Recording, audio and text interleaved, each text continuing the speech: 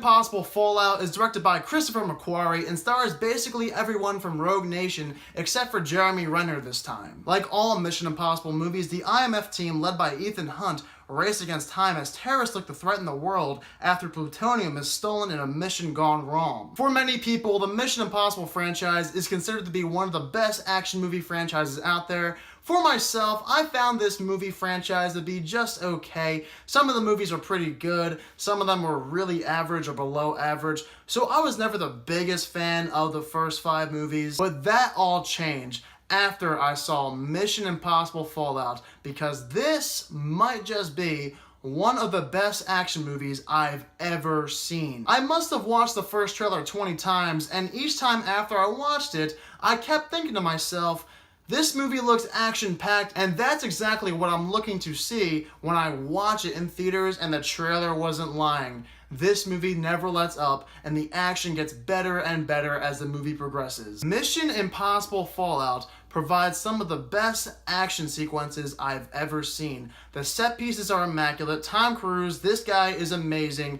and some of these stunts, I have no idea how he pulled it off. A few of them he even performed with a broken ankle. This guy is incredible. When I say the action is non-stop, I truly mean it. There are so many different action sequences that take place, including this awesome bathroom fight scene, a helicopter fight, and a few bike and car chase scenes. I was really on the edge of my seat with some of these sequences. I have no idea how they filmed some of this stuff. It all felt so real, especially that bathroom fight. My God, that stuff was so gritty, realistic. It was everything I wanted it to be. The cast is great once again. You know who they are. They do a phenomenal job with every Mission Impossible movie. One of the best teams on the big screen that we see today. I'd also like to mention how this film offers the best villains out of any of the Mission Impossible movies. Not lying. I know the villains are not the strong suit for any of the Mission Impossible films, but in this movie, I was very pleased what they did with the villains. Before seeing this film, I noticed the runtime was almost 2 hours and 30 minutes, which would scare a lot of people, but for myself, I feel that gives the most amount of time to flesh out the action scenes as well as the characters, and it was great that this movie was 2.5 hours because it did just that. There was a lot more time for action scenes. There was a lot more time for character moments. With the movie being longer, it gave me more time to get invested with what I was seeing on the screen. Whereas with the other movies, they weren't as long, so I didn't care as much and we didn't get as many action moments, but this movie is completely different with that. Plus, despite this movie being 2.5 hours, it was really fast-paced and it actually felt like a theatrical film. On the level of a movie like The Dark Knight. It wasn't as good as that movie, but it felt like it was trying to go for something on that scale, which made it even better.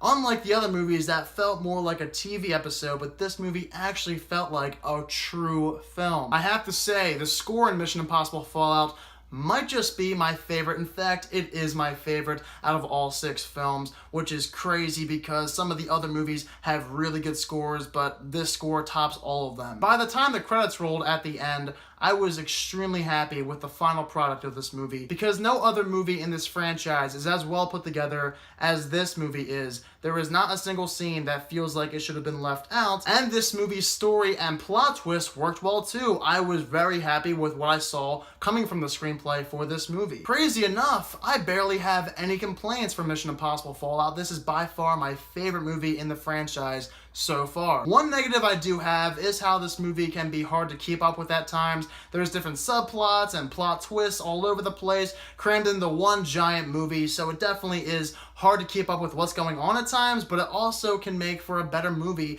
after rewatch too. And this flaw doesn't really go against the movie, more against the trailer that decided to throw it in there and not actually happen to be in the real movie.